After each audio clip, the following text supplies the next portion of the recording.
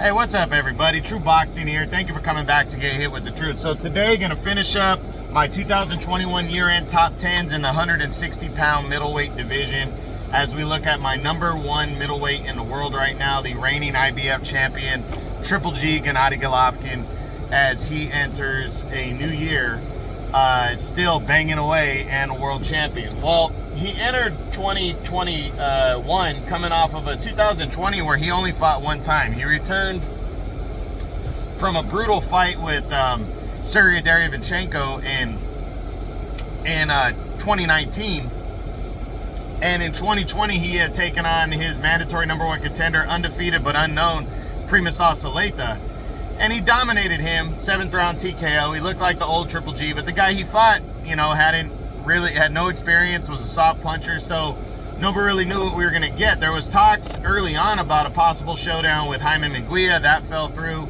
And then obviously, the talks of the Canelo fight were there, but it never materialized. So he was supposed to challenge Ryota Murata, the WBA champion, to a unification bout. And I believe they were supposed to fight in December, late December, but that fight didn't happen. I think COVID with the travel restrictions stopped that fight from happening, caused it to be postponed. And now the thought is that it's still going to take place, but later on in the year. So his stats right now is he was number one last year, so he remains number one. But only because nobody's really stepping up and taking the mantle at the middleweight division. He is 39 years old, so he's up there. He's getting up there in age. His record is still a fantastic one, though. 41-1 with 1 draw and 36 knockouts. Right now, the talk is that March or April, he will be challenging Murata in that unification bout. That's the talks right now.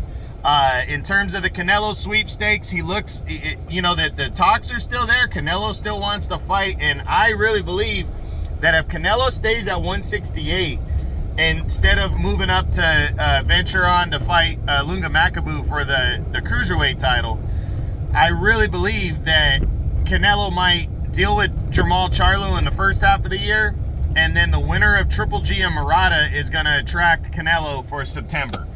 Because Canelo wants to get this fight done. He wants the third fight. Ryota Murata, hasn't, he was an option for Canelo during the COVID year. That fight almost happened, but travel restrictions stopped it. So right now, I think the possibility of Canelo and Triple G3, this might be the last year that we have a chance at that. And again, if Triple G looks good against Murata in March or April when the fight's supposed to take place, I really believe that Canelo might give Triple G the opportunity.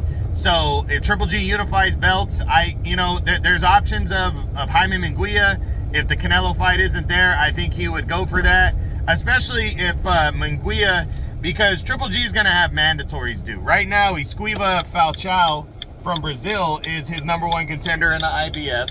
And then Erislandy Lara is the WBA regular champion, and I'm waiting for them to order a fight with Triple G. So if Triple G doesn't fight either one of them in the first half of the year because he's dealing with Murata, in the second half of the year, if the Canelo fight isn't there, I think there's a chance that WBC champion, or that Jaime Munguia becomes the new WBC champion, and then we could be seeing a showdown between Triple G and Jaime Munguia for the title. So there's a lot of moving pieces. It all centers around Canelo, but Triple G is one of the guys that really has a card to be played in the Canelo sweepstakes, and I'm hoping he gets that card played. But I want to see Triple G come back. I think he'll beat Ryota Murata, to be honest. I think he's the favorite going in for sure, and I think he beats Ryota Murata, to me, without much trouble, unless he falls off the map. I think he beats him, and then he's right back in the mix. So we got to see what happens, but this fight is supposed to take place very soon in March or April, and I'm really hoping it does because I want to see it badly. I want to see Triple G get back in the ring and show everybody why he's still number one in the 160-pound middleweight division.